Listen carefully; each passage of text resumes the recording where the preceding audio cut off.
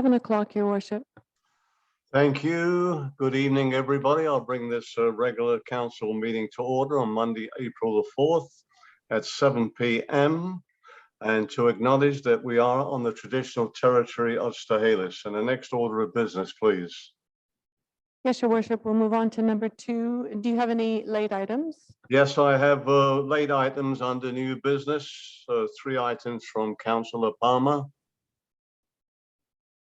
Noted. And the next order of business. We have approval of the agenda then, please. Do we have a move and a seconder? Moved by Councillor Palmer, seconded by Councillor Vidal. I call the question. All in favour? Opposed, anybody? No, all in favour? Thank you. The next order of business, please. Yes, Your Worship. We'll move on to number 4, adoption of council minutes. We have the regular council meeting minutes of March 21st, 2022 here for adoption. Yeah, and then we moved by Councillor Hooper, seconded by Councillor Vidal. Any errors or omissions? Councillor Hooper? Not for. I just wanted to change something on the agenda. I did put my hand up earlier, but I don't think you see it. I'd like to remove item 12A. Well, I'll just check with the corporate officer because we've gone past. We've done the approval of the agenda. Corporate officer. Your Worship, Councillor Hooper will have opportunity to put that motion on the floor during that report. Is that okay, Councillor Hooper? Radio, that's fine. Thank you. Now we've had a move and a seconder for the adoption of the minutes. Call the question. All in favour? Opposed, anybody? All in favour? Thank you. Next order of business. Yes, do we have any business arising from the minutes? Any business from councillors arising from the minutes? Being none, we'll move on. Thank you. We do not have any items on the consent agenda. We'll move right on to number 7, delegations and petitions. And this evening we have Brian Zabo representing BDO, the BDO Canada. Brian, the floor is yours. Good evening. Thank you, Your Worship, and thank you very much for the opportunity to speak to Council tonight. I will share my screen, which is the report that is included in your package, which is our report to you. The financial statements are management's financial statements, which follow our report. So I'll start on this page here, the summary. We're substantially complete the audit, pending approval of the financial statements by council. And once that happens, we will receive the signed management representation letter from management, and we will update our subsequent events questioning of management. And once that's done, we should be in a position to sign our auditor's report. Materiality, it was unchanged from what was presented to council in our planning report at $128,000. And what that number means, it means a couple of things. One, if we were to encounter any misstatements that were above that amount, or an accumulation of misstatements that were above that amount, we would not be in a position to sign the auditor's report. We don't have any misstatements that even come close to that in the current year, and I will go through that schedule. It's near the back of the report. Our audit findings are as presented in our planning report. There was nothing added to this list of items that we consider to be significant in terms of audit approach. And then moving on to the next page, internal control matters. We're required to examine the internal controls to the extent that we either rely on them or they relate to significant risks within the financial statements. We did not note any significant weaknesses in internal controls, and we therefore don't have a management letter in the current year of observations and recommendations. Our independence letter is attached to the back of the report as well. That's a required communication from ourselves to you, just confirming that we are independent from the organization. adjusted and unadjusted differences. There are no no adjustments were made in the current year as a result of the audit. There's one minor item that we detected during the course of our audit that was not adjusted by management, but it is very minor. Management representations, we're required to obtain written representations from management on certain items that are discussed or brought to our attention during the course of our audit, including the fact that we have been provided with complete information as a result of our requests. And that letter is also attached to the back of our report for your information. We're required to discuss the risk of fraud with management and council each year. And we requested in our planning report that if anything was to come to your attention that needed to be brought to our attention, that you do communicate that to us immediately. We're not aware of any such circumstances in the current year. Onto our audit findings, and again, these mirror the items that we noted in our planning report that was issued several months ago. Risk of management override of internal controls. This is something that we are required to consider in every audit that we do. It's not unique to the village. What it means is that management is in a position, if they wanted to override the internal controls of the organization, to record adjustments within the financial statements. In order to mitigate that risk, we are required to test journal entries that are processed during the year, and also determine that the process for execution of journal entries is controlled, and that journal entries do have a sound basis behind them. So we did that work as well, and there were no issues that were noted. Revenue recognition, because some of the streams of revenue are somewhat complex in terms of their accounting treatment, we do look at all the streams of revenue in terms of the basis for recording, particularly with grant revenue, which could be restricted and only recorded in the year that it's used for the purpose that it was received. And so we examined the grant revenue that was received and recorded as revenue, and did not note any misstatements in that area. Employee future benefits can be a complex area, and so management does employ the services of an actuary, and we do rely on the actuaries reporting to management. And so this testing was also done, and the amount that appears in the financial statements is based on that report of the actuary in the current year. In subsequent years, we expect that a projection will be used dependent on the changes within the organization in terms of the employment complement and any changes that might occur in the benefits provided. Staff salaries is a large single type of expenditure of the organization, and any local government is similar.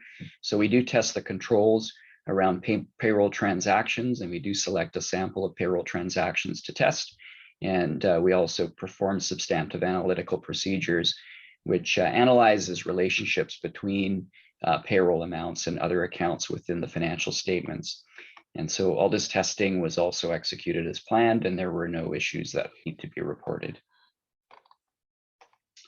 Internal control matters, I mentioned earlier that we don't have any significant deficiencies in internal control, so there's nothing to report to you in this area. These other required communications, this is just a list of items that we're required to communicate. In particular, if any of these items were present during the course of our audit, we would likely have to report this to you and discuss these items immediately. So there was nothing on this list that came to our attention, and so again, there's nothing to report in terms of any of these items. Moving into the appendices. This is our signed independence letter, which confirms to you that we are independent of the organization. These bullet points in the middle of the page are the criteria that we're required to look at in terms of determining our independence. With public sector organizations, generally it's non-audit services that are provided to the organization, and since we have not provided any non-audit services to the organization, there's nothing to report in terms of independence, so we do confirm that we are independent. The representation letter again is provided for your information, and these are a list. This is a list of required confirmations that management provides to us. It covers all sorts of things like providing unrestricted access to persons or information, that the financial statements have been prepared properly in accordance with the relevant accounting standards, that management is not aware of any fraud or error that's not disclosed to us, and then a list of general representations just to ensure that we've been provided with all the information that we require. And then finally, one unadjusted item, you can see that it's quite minor in nature, and it's really just an unrecorded reclassification entry that would increase both assets and liabilities. So management determined that that the cost benefit of recording this in the year did not meet, or the benefit did not meet the cost in terms of recording this item. So it is quite minor. So we've agreed with management that there is no misstatement in the financial statements as a result of not recording this item. So that brings me to the end of the written report, and I'm happy to respond to any questions. Are there any questions from councillors or from Mr. Zabel? Can you show me I can't see the other two councillors.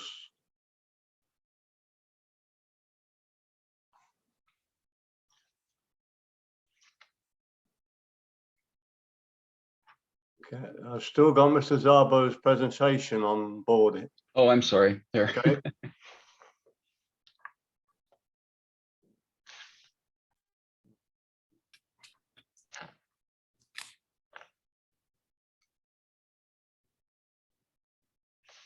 Are there any councillors who wish to? Me. Nothing from you, Councillor Palmer? No, not for me. Councillor Hooper? No, none from me. No. Councillor Vidal? No, Your Worship, just thank you to BDO representative for his report. Well done. Thank you. Thank you. Well, you're off the hook, Brian. Thank you very much for your comprehensive report. Appreciate what you do for the village, and as far as I'm concerned, we're in good standing. Well, thank you all, and I wish you all a good evening. Thank you.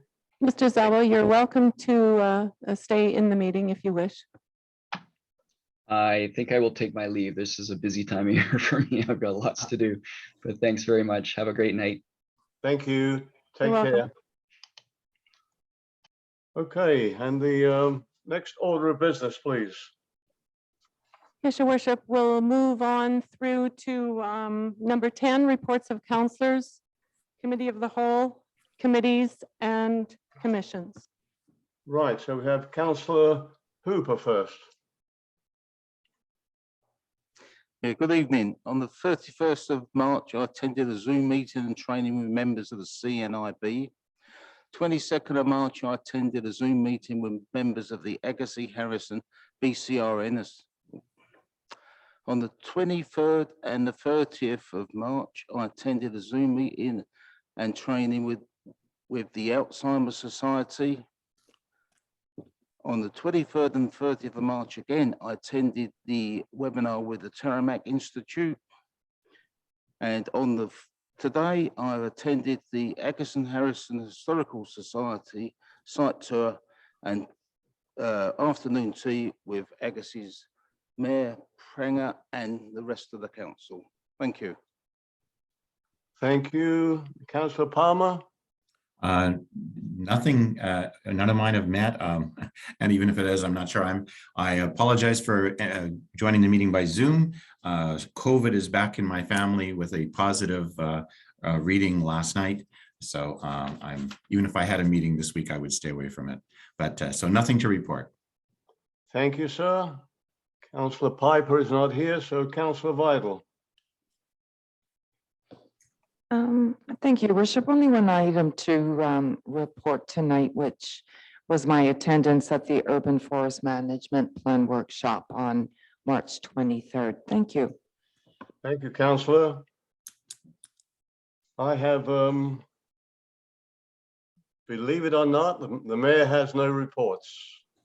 But I would just like to say that I noticed that our former financial officers I think is on Zoom here.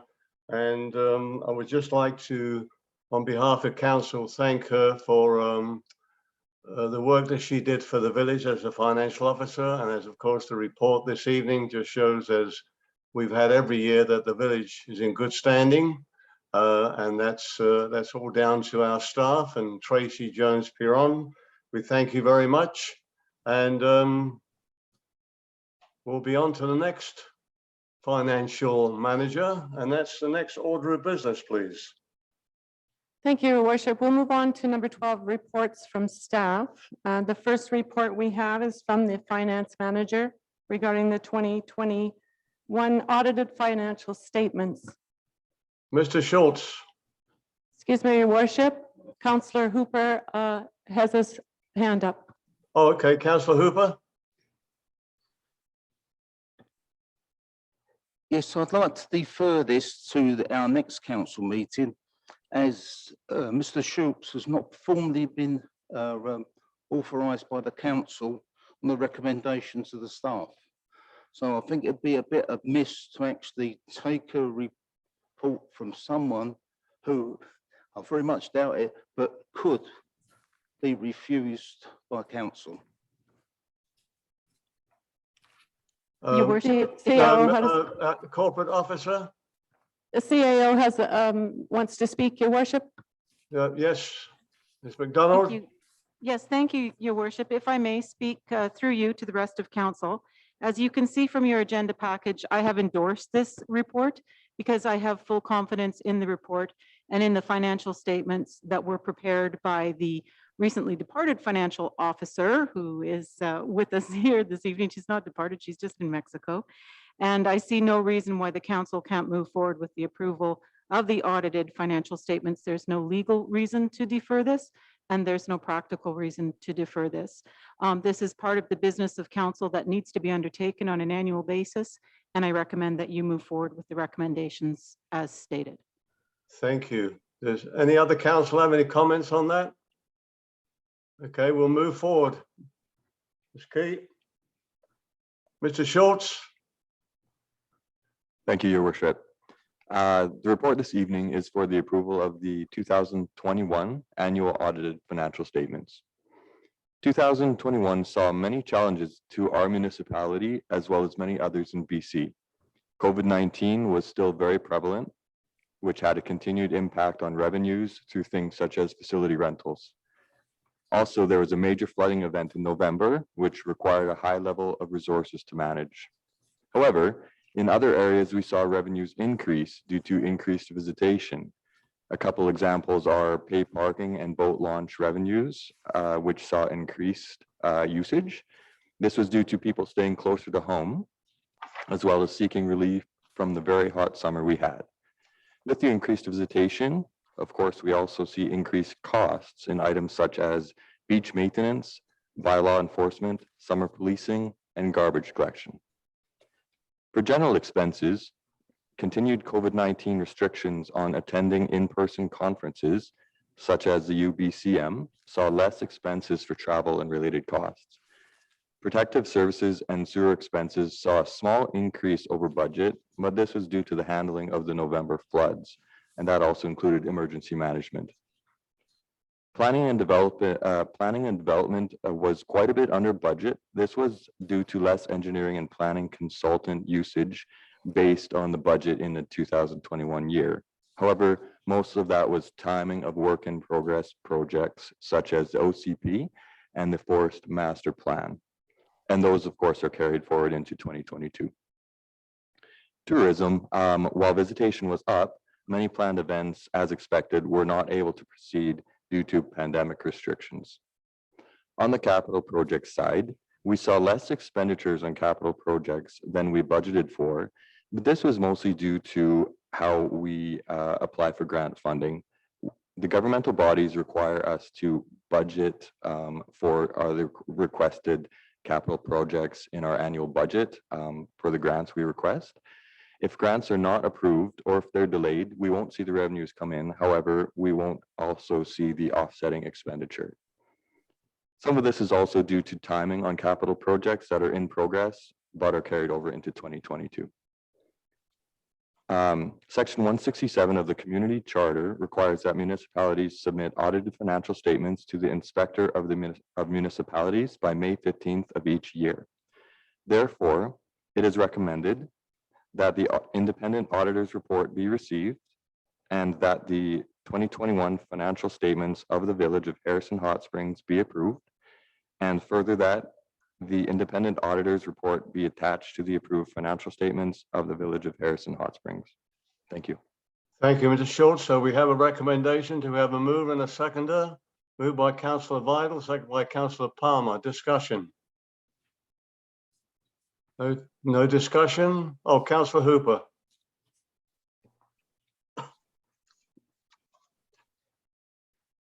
Yes, I mean, through you to the CAO, you've said that you've signed the financial responsibility report.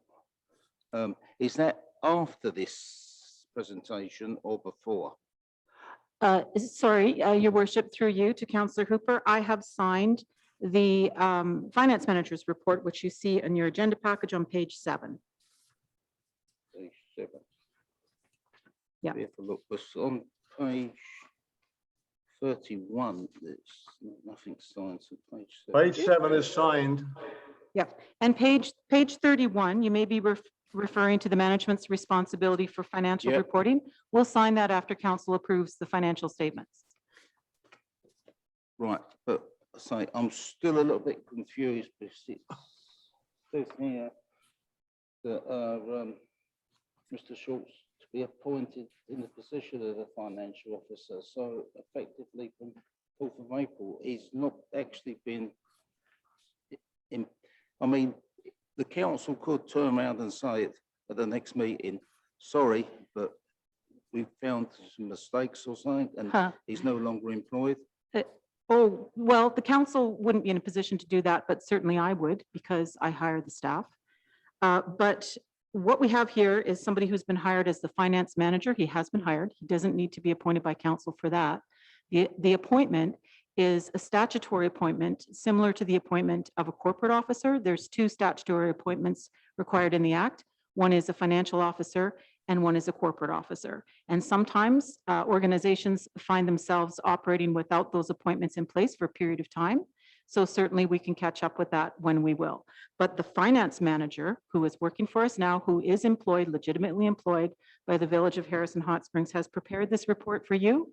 And it's council's, it's at council's discretion as to whether or not to approve the financial statements. We can't, and the finance manager can't approve them for you. They've been prepared and they're here for your approval. Thank you. Thank you. And the next, so we've had the recommendation. The mover and the seconder. We've had the mover and the seconder. Call the question. All in favor? Opposed? Everybody's in favor. Thank you. Next order of business.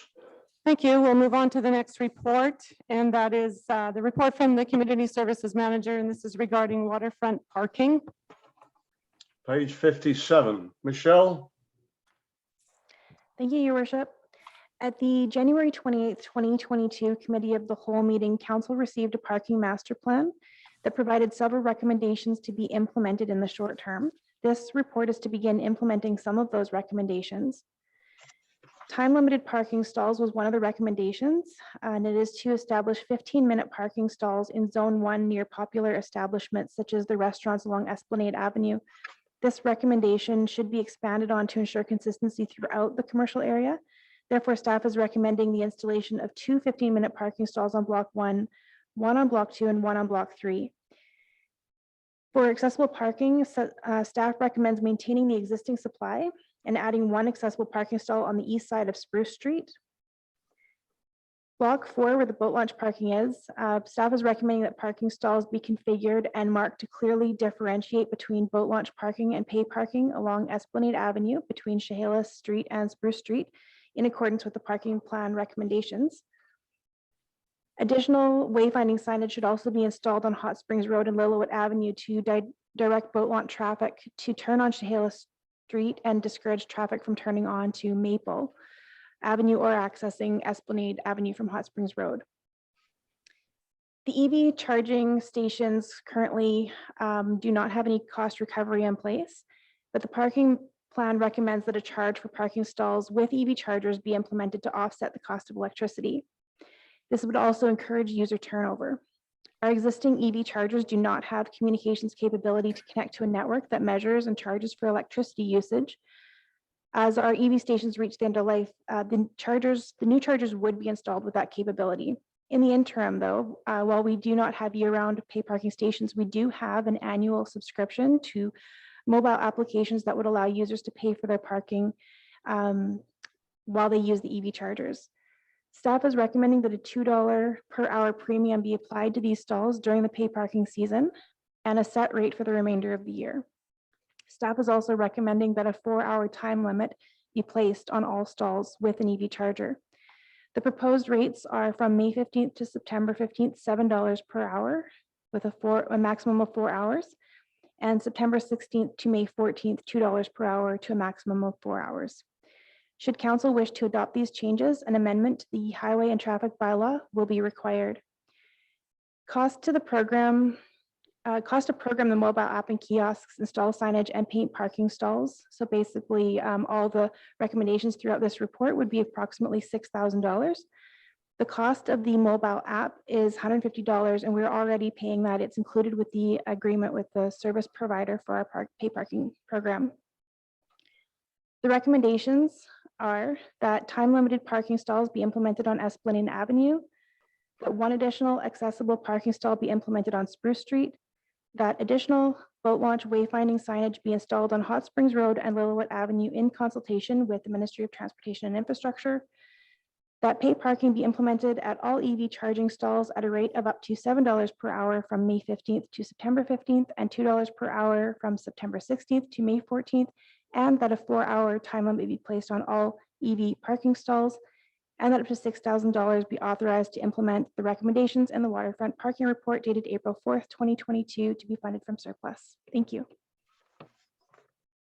So we have a recommendation here. Do we have a mover and a seconder? Your worship, did you Yes, want to do the recommendations separately? Oh, you like them separate? What, the time limited, one additional, and the additional boat launch? Correct.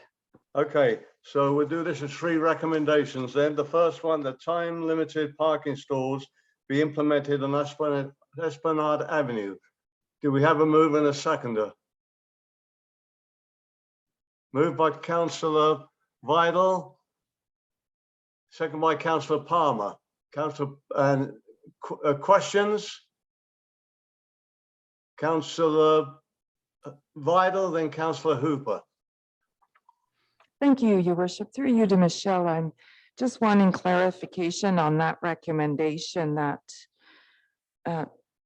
time-limited parking stalls be implemented on Esplanade Avenue. Is that only for the EV charging? No. Or is that for what was discussed on, so we can have uniformity on parking stalls along Esplanade? Thank you. Michelle? Yeah, these are separate from the EV charging stations. These are just time limited for, picking up restaurant orders, quick run into a coffee shop, things like that. Thank you. Councillor Hooper? Thank you. On the time limited parking stalls, when are these to be imposed on? Is it all year round, the 15 minutes? So it's all year round. So my next question is, how do we enforce it? Michelle? It would be enforced through bylaw. But as far as I'm aware, our bylaw officers very sparse in the winter months. and that. So I don't know how this is going to be enforced. Someone could, I mean, I'd like to see the bays installed, but it's the enforcement of the bays that is going to be the problem. We're going to have problems with the hotels where their staff park there. So no, until we can come up with some way of enforcing these, I can't support this. Thank you. Thank you, Councillor Hooper. Councillor Palmer. Yes, thank you. One question, I'm just trying to understand. I think this is a good idea. We're only talking about 2 spots, but in the summertime when we have pay parking along Esplanade, would I take it then that if someone goes into one of the 15-minute spots, there'd be no cost to them to use the That's spot right. for 15 minutes? So we are effectively surrendering the revenue on 2 spots. Is that what's happening? Michelle? Yes, actually, there's 4 spots, 2 on block 1, 1 on block 2, and 1 on block 3. And the parking plan did recommend that we do not charge for those spots. And they did let us know that it'd be very minimal revenue loss of approximately a few $1,000s. And if I may, then in the summer, when we have our contractor doing the parking, they would be responsible for enforcing the 15-minute limits. Is that correct? Yes, that is Michelle? correct. Yes, Your Worship, that is correct. And then over the rest of the year, it would be a bylaw officer where obviously it would have to be called on a complaint basis to have someone come and look at it if there was someone available at the time. Is that correct? Yes, you're correct. Thank you. No other questions. Thank you. Councillor Hooper? Councillor Hooper? Thank you. But as I take it, to actually get the bylaw officer down on a complaint, someone has to fill in a form.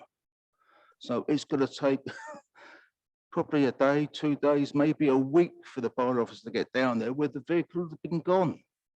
Thank you.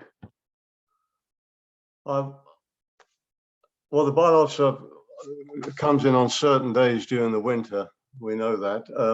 But I believe this is an area that's been discussed by this council and previous councils regarding trying to restrict the unnecessary parking that's happening there from the hotels and accommodations. And it's at least it's a start. It can be monitored, and if it has to be changed, well, then it will be up to a new council next year. But it's a start, and it's a way to let the public be aware. Nothing's perfect. We all have to put these new restrictions in place, try them out, and like we do with all our restrictions that we put in, we get a report at the end of the year from the bylaw officer, and we can take it up then. Thank you. Any other comment? Councillor Palmer. I just wanted to make one, and I understand Councillor Hooper's concerns. Enforcement can be a challenge.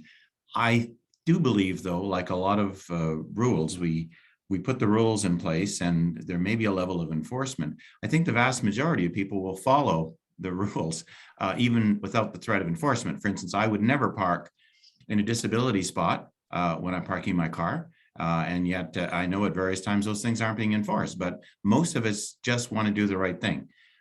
So I do think, without seeming too naive about it, that if we put the signs up, it will have a significant impact in terms of making those spots available for 15 minutes. And yes, there will be the odd person who will park there because they will only not do something if there's a fear of enforcement. But I think that is something that is a broader problem than just 15-minute parking. But I'm supportive of it because it could be helpful to our businesses for someone who wants to just run in for a coffee or run in to pick something up. And I think that's significant. Thank you. Well, thank you. This is a move that other councils have been against, having this 15-minute parking, and now it's we put it in motion, or will be in motion. Let's try it out. No other questions on number one. I will now, we've had a move and a Question. Councillor Councillor Hooper has Hooper. another question. Councillor Hooper. Thank you. Would it not be a more reasonable idea to actually carry on the paid parking through the winter months on this section, on the west of Hot Springs Road to the St. Alice? Because if you ever try to access one of the restaurants there at night time, you will find that it's completely full because people don't want to pay to park in the hotels. They park outside. So people trying to access the businesses, especially at night time in this type of weather, are deterred from coming here because there's no parking. Many of them would pay $2-3 for the paid parking. But at the moment, we're not addressing the problem of allowing people to come into the village and park near restaurants and shops. These two 15-minute bays are going to do nothing at all to help any of the restaurants whatsoever. Thank you. Thank you for your comments. I'll repeat myself again. This has come forward from previous and this council, and I won't mention who brought it forward in regards to 15-minute parking. Myself, I would think that trying to put paid parking from Hot Springs Road to St. Alice will be prohibited because of the cost of the machines, the enforcement. So I don't think that would be a viable concern for the village. So on that, I will now call the question on number one, that limited parking stalls be implemented on Esplanade Avenue. All in favour? Opposed? Opposed, Councillor Hooper. Number two, that one additional accessible parking shall be implemented on Spruce Street. Do we have a mover and a seconder? Moved by Councillor Vidal, seconded by Councillor Palmer. Discussion. Councillor Hooper. Yes, I'm all for the additional disability parking in Spruce. But the main problem with Spruce is in the summer months, when vehicles come out or going into the boat launch, they have nowhere to untie or tie up. And that area becomes so congested in the summer months, it would be ideal if the parking bays on Spruce Street on the west side were just 5-minute or 10-minute bays for boats that when they access or going to access or exit the boat launch can stay there and tie up and not block off that intersection with young children crossing and running around and that. So although I'm for the disabled bays, I'd like to see us look at all the bays on the west side of Spruce becoming boat tie-ups and untying so they can launch in safety. Say you don't. We've had boats before now that have actually had to go round into the Lorette to tie up, which is a complete danger. Thank you. Thank you. Any other comments on number two? Thank you, Councillor Palmer. Just last, I just wanted to point out that this has come from the recommendations with regard to the parking. It surprised me that there was the recommendation was only for the one spot, but this is a result of some observations indicating that our disability spots are not always busy, so that one may in fact be adequate. If it's not adequate, we can always revisit that and add another in the future. So I certainly want to make the point that we're open to adding more, but this may in fact be adequate in terms of our present needs. Thank you. Thank you. Any other comments? Nobody else? Councillor Hooper has a comment. Oh, Councillor Hooper. Yes, I know this was a recommendation from our parking survey and that. But to be quite honest, they were only here for 2 days.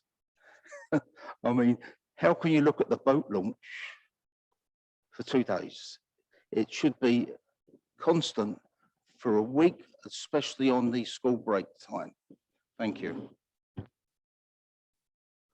I think they probably got a lot of background information from our staff on this and probably from the boat staff as well before they made it. Again, this, like Councillor Palmer said, this was this came from the recommendations from that meeting by council.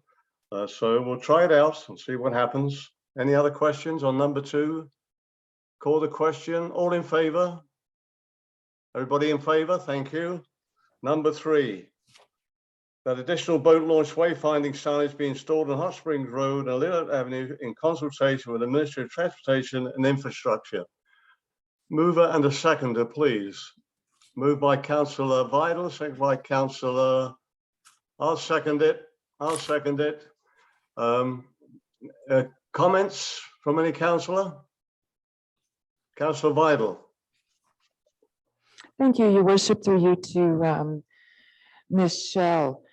Do we have any idea yet where that signage will be located? And the reason I ask is we've all been aware that anything to attempt to reduce boats and trailers, trying to negotiate eastbound down Esplanade to access the boat launch has always caused some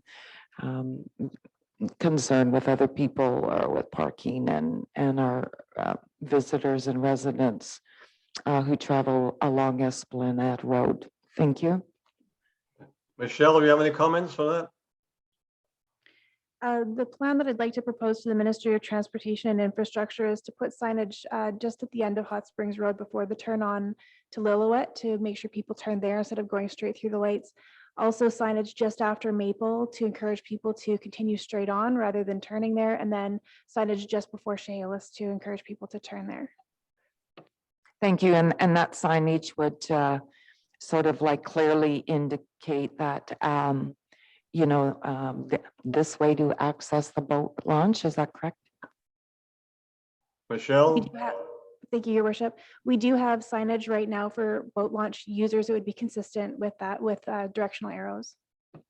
Good. Thank you very much. Nothing further, Your Worship. Thank you. Councillor Palmer? Nothing further. Nothing? Any other comments on this one?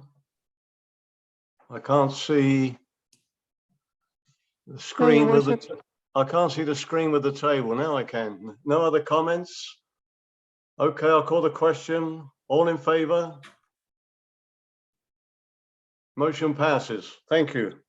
Next order of business, please. Excuse me, folks, if my voice is croaky and loud, but I'm just getting over a cold. Thank you. Yes, Your Worship, we do have some recommendations on the floor. Number 4 and 5. Where's the 4 and 5? Where are we? Oh, sorry, I missed a page. I'm not used to my big desk.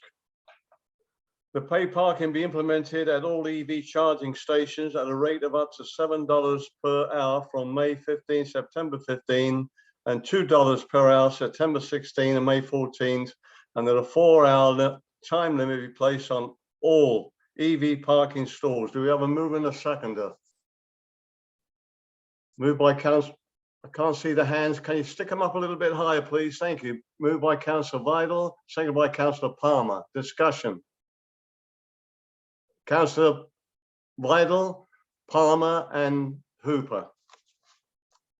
Thank you, Your Worship. Once again, through you too, Ms. Shell, I'm just curious if that recommendation of $7 per hour from May 15th to September 15th. Are we looking at that more or less just being a cost recovery for the amount of electricity, or are we looking at a profit from it? Thank you. Michelle? Thank you, Your Worship. Through you to the rest of council.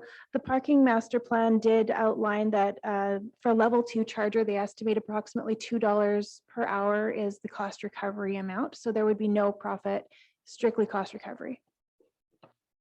Thank you very much. Nothing further, Your Worship. Thank you. Councillor Palmer?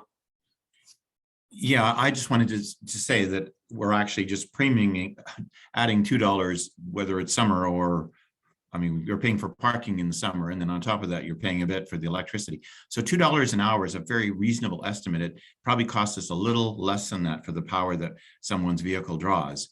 And I think that's important because we probably need to have more of these in the village as time goes on. And it's not sustainable to do it that our resident taxpayers have to pay for the electricity that people with electric vehicles are able to use. So I think this is a good way of moving forward so that the users are paying for the power that they're using, and it's not such a major disincentive then for the village to go ahead and create more as time goes on, because obviously there's going to be more and more electric vehicles, and at some point it will probably encourage people to come to the village that we have charging stations. So I think it's a good way of basically causing the users to actually pay for the service that they're obtaining. Thank you.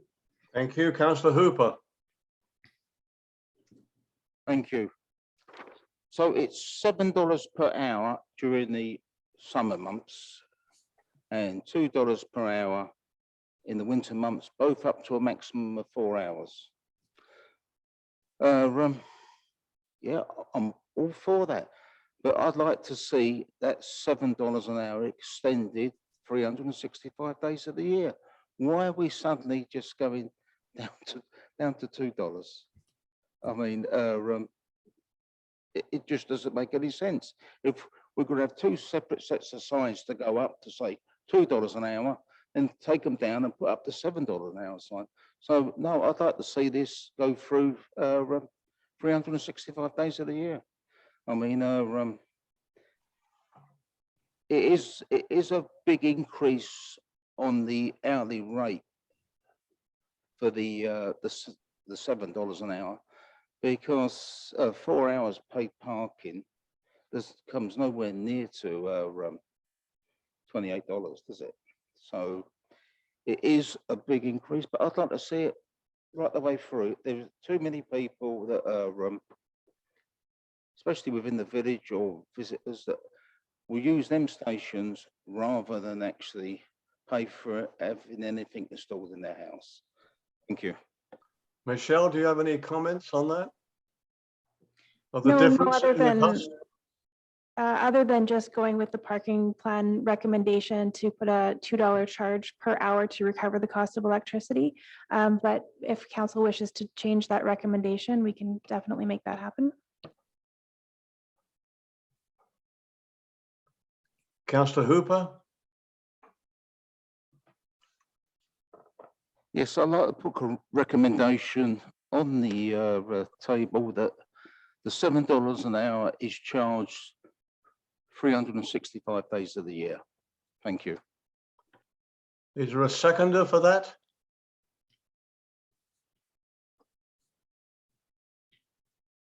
No seconder. The motion fails. Again, it's a new thing we're doing here, so let's give it a shot and see how we go. Any further discussion on number 4? I'll call Councillor Palmer.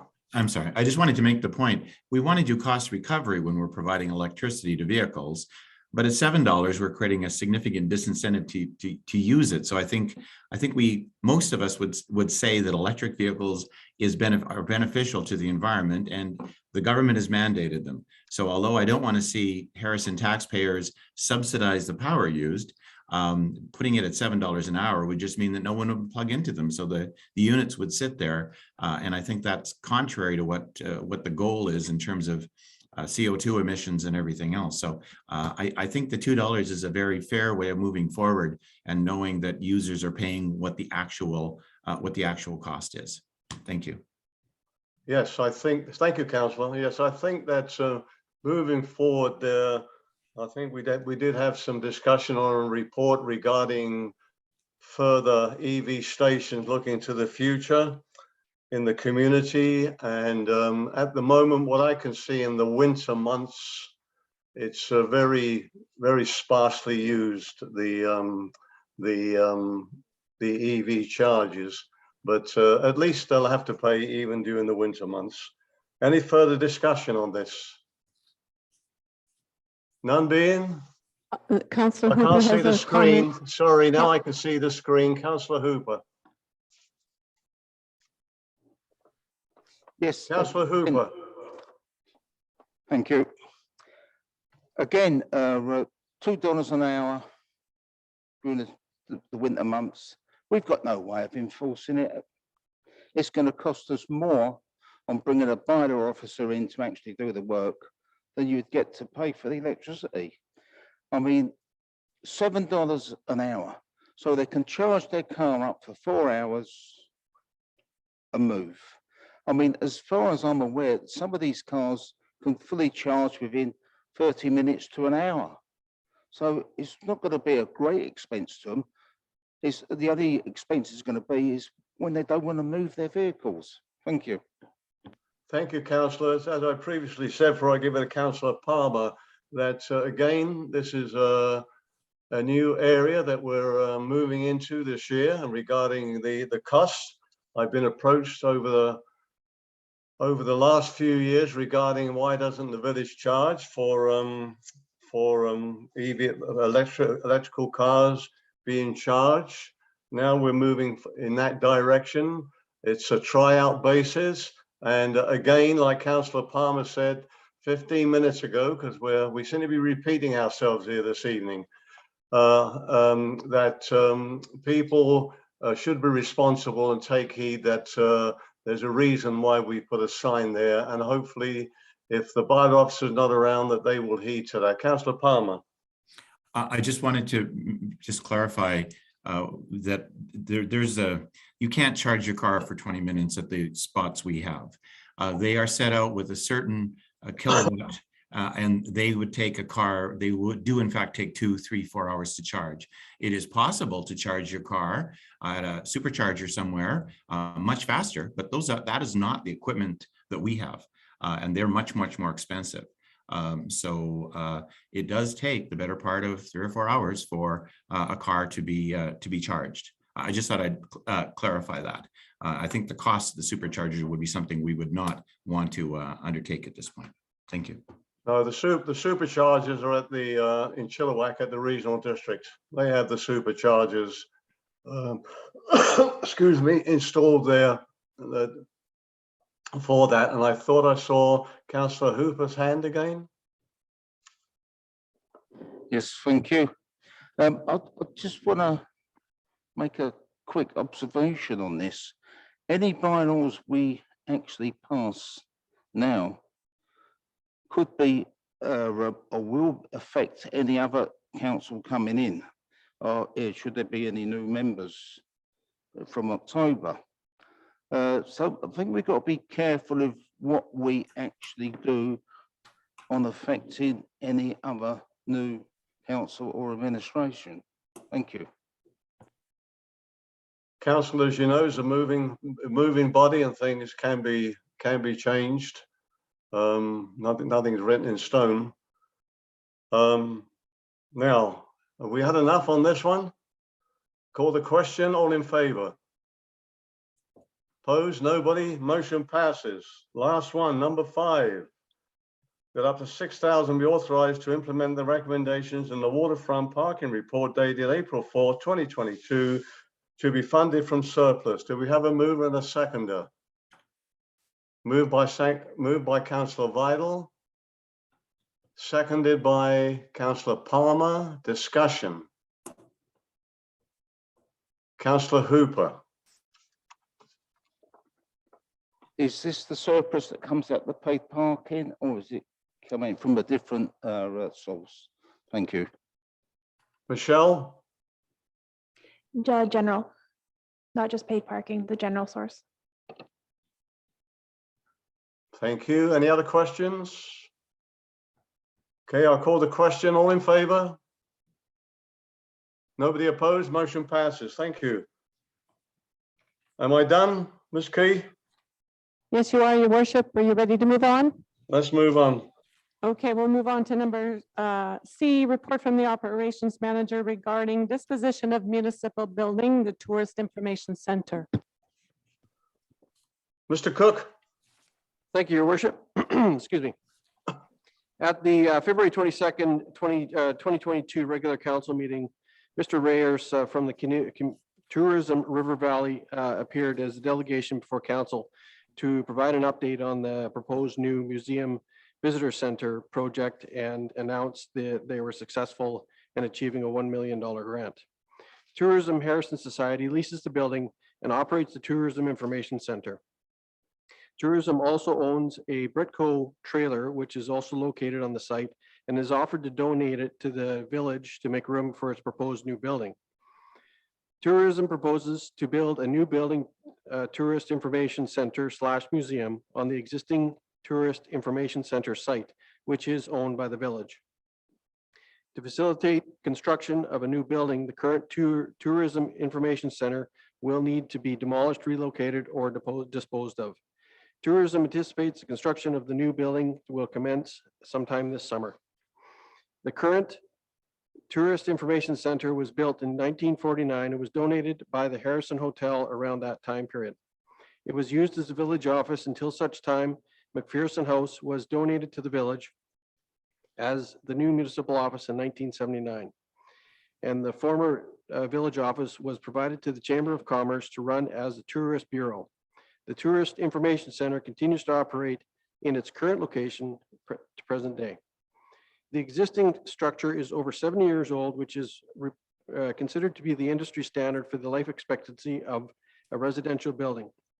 Reports prepared for past renovation upgrades state that the building was poorly constructed, lacking insulation, and there was a significant presence of rodents. The building requires significant costly upgrades to bring the structure up to current building code standards.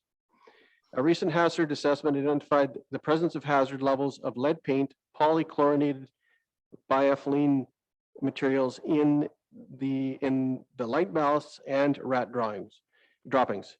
No asbestos was identified in the materials tested, although it was noted that asbestos containing materials may be present in concealed areas of the building. If the village chooses to retain the building, it would have to be relocated and the hazard abatement work would be required to move the existing hazards. Due to the building's age and the deteriorating condition, it is recommended that the building be demolished. The following recommendations are in front of council this evening: that the village accept the donation of the Tourism Britco trailer to be used for additional offices and or storage, and that the current Tourism Information Center building located at 499 Hot Springs Road be demolished. Thank you, Mr. Cook. So we have a recommendation. Do we have a mover and a seconder? Your Honor, Moved by Councillor Vital, seconded by Councillor Palmer. sorry, I wasn't planning on moving that. I was going to say, could we deal with them as separate recommendations, as two separate motions? Ms. Key?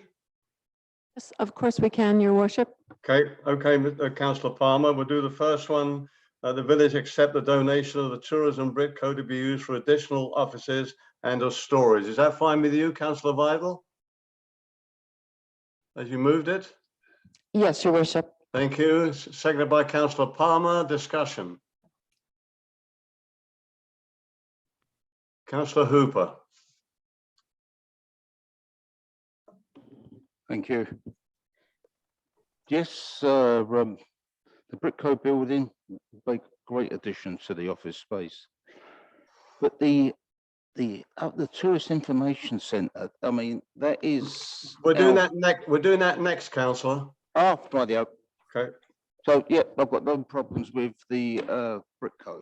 Thank you. Any other comments on the Britco trailer? I'll call the question. All in favour?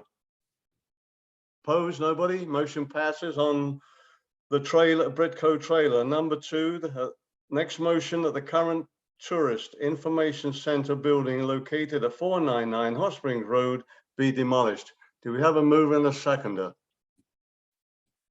Moved by Councillor Vidal. I will second it for discussion. Councillor Hooper. Yes, this building is actually ours, am I correct? So Yes. we're just going to, because Tourism Harrison no longer want it, we're just going to demolish it or dispose of it in a, we'll try, I'd sooner see us try and dispose of it through another means. I mean, it's our money, it's been taxpayers' money that have maintained this and that. So to actually turn around and say, you know, Tourism Harrison are going to spend $30,000 to have this demolished.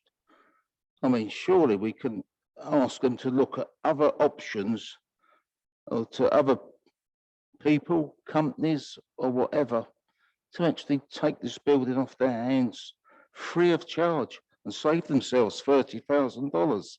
Thank you. I believe, before I give it to Councillor Palmer, I just want to ask our CAO regarding the demolition costs. I believe that is the villages. Am I correct? Our understanding at this point, Your Worship, through you to the rest of council, is that if we're simply to demolish the building in situ, it would be folded into the project costs of tourism's new building. So there should be little or no cost to the village. However, if council decides that they wish to undertake a different means of disposal, that activates a different legal process, which requires notice. We would certainly need to move the building from its current location in order to facilitate the building of the new visitor center and museum that's going into that location. We'd have to find another place to store it while we went through the legal process of advertising the building for disposal. I believe it's unlikely that we would recoup the costs of undertaking that action in the process of selling it, simply because of the condition which the operations manager has described in his report. But the operations manager may have further comment on demolition costs and or moving costs. We don't know anything about a $30,000 budget item. That isn't something that we've spoken to in our reports. On another question, if the building was kept, now that liability rests on the village, is that correct? Well, we are the owners of the building. Yeah, but So- if it's kept and we wouldn't be able to sell it without the remediation. That's what I'm trying to say. I'm not so sure about that, but certainly we would have to disclose the condition of the building.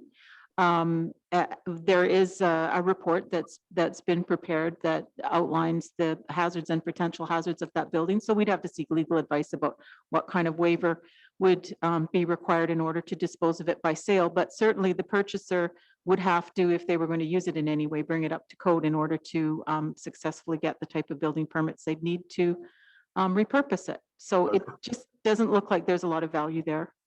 Right. Who was that? Councillor Palmer, with your hand up? Yeah. Yes. So I think I'm inclined, I'm uncertain. I'm inclined to think that demolition makes sense because I do recognize that if we do anything else with it, it's going to need, well, it's going to have to be advertised for disposition. There's a whole legal process to go through, which is going to take time.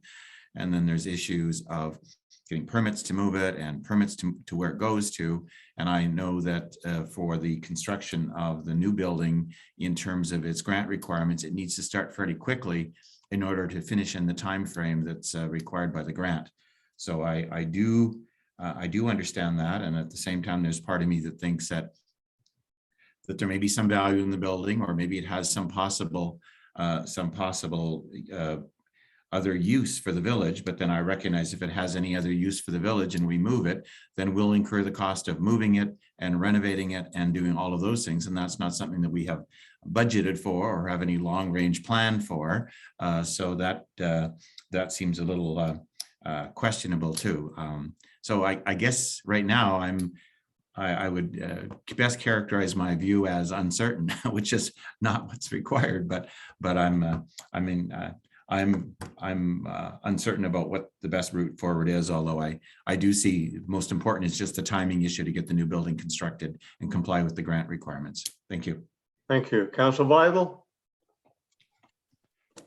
Thank you, Your Worship. Well, the simplest decision may be to authorize the demolition, given its need for substantial and costly repairs. To me, it does have a significant historical value, and it is a tangible link to the history of our village. I understand there is considerable community interest in possibly retaining and preserving it. One suggestion has been to repurpose it as a museum. However, that doesn't seem to be a viable option to me, as the village does contribute to the incredible Agassiz Harrison Museum, which already showcases much of Harrison's history. The new constructed tourism building will also contain an expanded Sasquatch museum with input from our Stahelis neighbors. Nonetheless, I'm reluctant to support the recommendation for demolition of the existing building without being presented with some other options. I also do understand that any decision is time sensitive, given that construction of the new building is under the conditions of a grant funding. So having to make a decision tonight is quite difficult for myself. And as such, I feel that I cannot support the recommendation for demolition at this time. And again, I request staff present other options, what may be available for council's review prior to making any final decision. Thank you, Your Worship. Thank you. I should, like Councillor Palmer just mentioned, I mean, I remember the building very well. It's one of the, when it was the village office many moons ago. And it's, it's not a historical registered building. It was a bunkhouse, I believe, on the lake, and it was donated to the village with the land at the time. It's served its purpose well as a former chambers office. There was only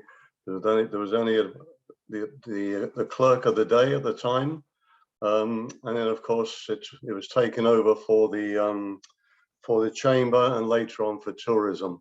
The point I want to make here is what Councillor Palmer put forward here is that if council decides to send this back to staff, and another meeting would have to be had very quickly, because this is time sensitive. So unless council's got some magic wand there, it's a time sensitive situation where if construction is held up, there's a possibility of the consideration of the grant that tourism has for the completion of this. According to Mr. Rias, they were going to start, I believe, at the beginning of July with the new building. They obviously have contractors lined up, and in this day and age, that's not easy to get hold of and have on standby if something like this doesn't go through. So there's, I can appreciate council's thoughts on this. It's entirely up to council.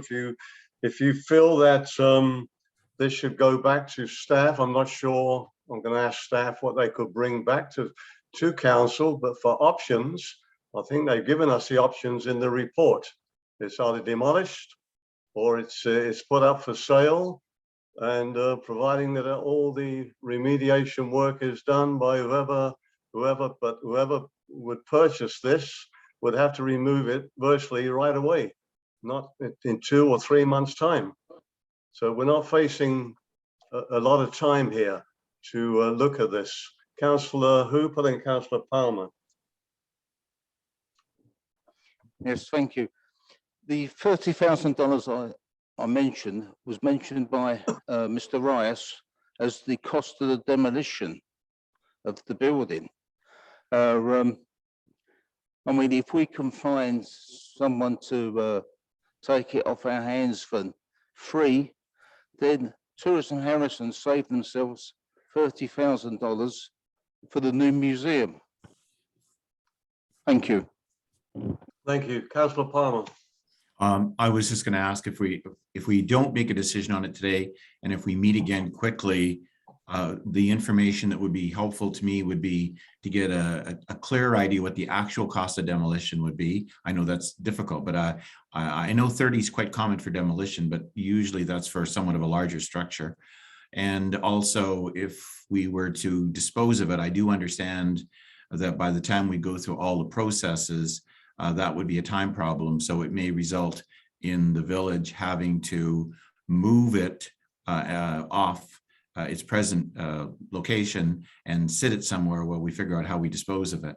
So I would, if that were one of the options in order to meet the timeframes, it would be helpful if we had a better ballpark what that would cost in terms of just taking it off its foundation. So those are two pieces of information that would be helpful if we were going to do that. And I do realize that if we're going to talk about this further, we need to have a meeting quite quickly, probably before the next scheduled council meeting, in order to figure out what we're going to do. Yeah, thank you, Councillor. Even moving the building and putting it somewhere temporarily, I mean, there's no heat or anything there once the winter sets in, if nothing is done to it or somebody buys it. So the thing will start to deteriorate even worse.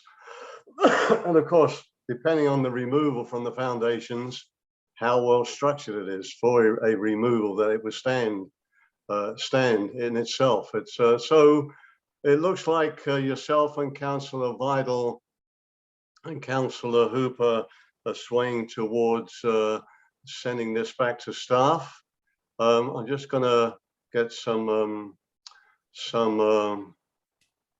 help here from our CAO in regards to having a emergency meeting, and how much time do they need to put together a report, another report.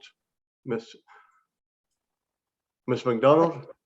Yes, Your Worship, thank you. Through you, firstly, thank you to Councillor Hooper for advising me where that $30,000 figure came from. That makes sense. That's in tourism's budget, and I'm hopeful that that will stay in their budget and that we won't incur costs that aren't currently in our financial plan for more remediation on this building.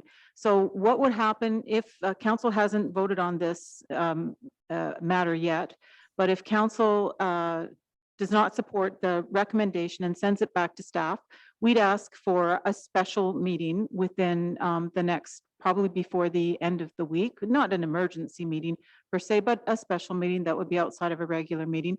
I do believe that the operations manager has some ballpark figures on the type of costs that we'd be looking for you to approve if we were then going to move the building and start the process of selling it, disposing of it in that regard. Tyson? Thank you. Yeah, the initial cost estimate to get the building moved would be in the order of $50,000. And another challenge maybe is the contractors that would be hired to move the structure may not be available for some time. Of course, obviously it has to be some sort of flatbed truck machinery of some kind. Is that correct, Tyson? The process is that they have to expose the underside of the building, and they run beams and dollies, and there's a Right. substantial amount of work. Most of the work is getting the building up off of the ground or off the foundation and onto a trailer. That's the most expensive part. The challenge, and something that needs to be taken into consideration, is that it would be $50,000 to get it to a known location. And then, of course, it would be another sum to get that from the location to its final resting place. Okay. So it looks like we're gonna, well, I'll call the question. Looks like it's gonna fail, but I'll call the question. Because there is a budgetary consideration here that whether the taxpayers will have to pay more money or find more money somewhere to deal with this, we don't know. But that can be discussed at a later. So, Ms. Key, I'll call the question first. Back to your worship. So on the information center, we've had a move and a seconder. All in favor? Okay, motion dies. And now you need a motion to refer this back to staff for a special meeting. Yeah, you can call a special meeting. We'll look after that. You'll look after that. Okay. Do you need any other recommendation from us? No, your worship. No? Okay, thank you. Next order of business. Yes, we'll move on to number 13, bylaws. And the first bylaw we have is from the Community Services Manager. And this is the amendment to the General Election and Other Voting Procedures bylaw number 1121, 2018. Michelle? Thank you, Your Worship. Section 110 of the Local Government Act was amended in 2021 to remove restrictions from mail ballot voting. The provision of mail-in voting is open to any elector now who wishes to vote by mail, provided it's authorized by the local government by bylaw. The Local Government Act also established a provision for the Chief Election Officer to be authorized to set time limits regarding mail-in voting. This is especially helpful for planning election staffing resources. Accordingly, General Election and Other Voting Procedure Amendment Bylaw number 1180/2022 is attached for Council's consideration. The recommendation is that General Election and Other Voting Procedure Amendment Bylaw number 1180/2022 be given first, second, and third readings. And we're here for 3 readings. Do we have a move and a seconder? Moved by Councillor Palmer, second by Councillor Vidal. Discussion. Councillor Hooper.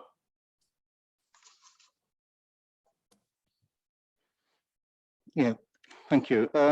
It's got here that the Chief Election Officer is to authorize an established time limits in relation to the mail-in voting. What will our time limits be? Michelle?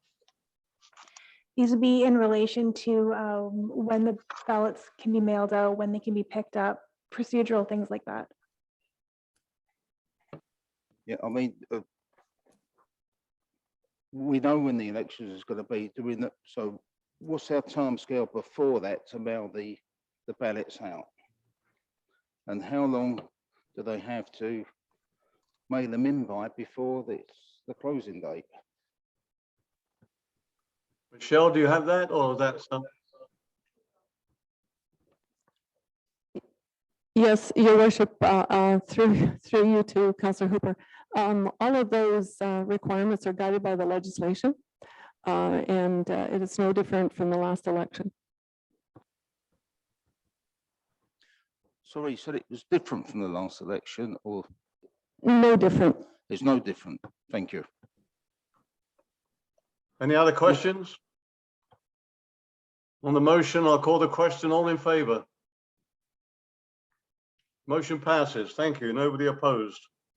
Next order of business. Yes, Your Worship, we have one more bylaw, and that's a report from the Community Services Manager. This is Highway and Traffic Amendment Bylaw. Michelle? Thank you, Your Worship.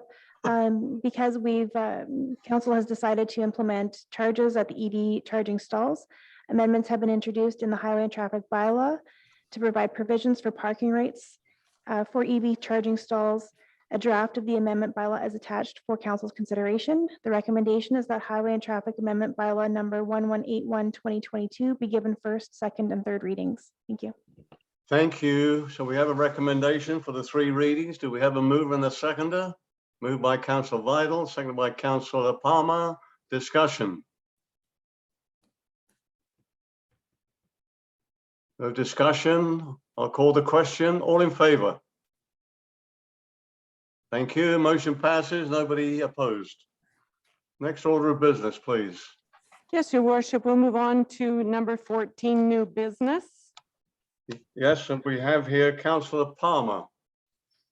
Thank you. I had forwarded, last meeting, I had given notice that I wanted to raise 3 items, and these are the 3 items that I raised. So I guess I'll just go through the first one. The first one, and of course, I've emailed a copy of this to your worship and Yes, thank you. into the village chief administrative officer, and belatedly also a little while ago sent it to both of my council colleagues. The first is a motion that staff prepare a report with draft bylaw to prohibit the use of storage or use of herbicides or pesticides containing glyphosate within the village of Harrison Hot Springs, which report shall be provided to council before the 1st of July, 2022. That is the main ingredient in Kilexin Roundup. So that's my my motion that I wanted to present. And you had 2 others as well? I just thought, well, I've got 2 others. Do you want me to deal with the other 2? Well, these are going to go back to our staff, eh? Sure, we can do that. So that staff consult with residents by use of an online survey and make recommendations that will cause Harrison Hot Springs to become more bicycle friendly and enhance bicycle tourism. So that's my second, and my third, that staff prepare a report and bylaw requiring that each new residential building lot created by subdivision or bare land strata plan be required to have planted 1 deciduous tree of a size to be set out in the bylaw, which requirement is to be enforced by a covenant registered against the title. Those and your recommendation would be to go to a committee of the whole? Yes, I would be. If we took that to a committee of a whole, that would be an excellent way of moving forward. I just wanted to see these 3 topics move forward in an expeditious way, and that would seem to be the most useful. Thank you. Thank you. So do we have could I make a motion then that yes, those you make 3 a items, motion, please. that those 3 items? Excuse me, your worship. Yes. Could I make a suggestion? Yes. In the council procedure bylaw, if council approves of the new business items, then we have to have a motion to approve them. And then we could move to having those referred to a committee of the whole. Yes, that's the motion. Is that correct, councillor? Yes. Do you have a seconder? I can't see the screen, the main floor. I see. I'll second it anyway. Councillor Vidal. Okay, thank you, Councillor Vidal. I've only got the small picture in front of me. So just so council understands, your worship, just so council understands that the motion is that the new business, the items of the new business are approved by council. This is the as new an agenda item. This is the new business that will be going to a future committee of the whole. I just need you to call the question on council to approve the new items as new business. Oh, okay. So I'll call the question on the new business. Moved by Councillor Palmer, seconded by Councillor, I'll second it. Vidal. Vidal already approved that. Okay. Councillor already Vidal approved already. that. Okay, call the question. All in favor? Anybody opposed? Everybody in favor? Thank you. And just a motion to refer that to a committee of the whole, please. That would be my Yes. motion. I'll second that. And any discussion? I can't see the main screen. No discussion from good. anybody? No discussion. I'll call the question. All in favor? Opposed? Nobody opposed. Motion passes. Thank you. Next order of business. Okay, Your Worship, we'll just move on to number 15, questions from the public pertaining to the agenda items only. Now, are there any members of the public attending by Zoom? Any members of the public this evening by Zoom who wish to ask a question pertaining to the agenda? Please. Your worship, there's only staff and council members in the Zoom meeting currently. There is left. Okay. Thank you. Are there No any other members? members of the public here, Your Worship? Are there members of the public present? No, there isn't, Your Worship. There isn't. Okay, so motion to adjourn is in order. Correct. My motion. Thank you, Councillor Palmer, seconded by Councillor Vidal. All in favor? Motion passes. Thanks, everybody. Quite a constructive evening. Thank you, staff.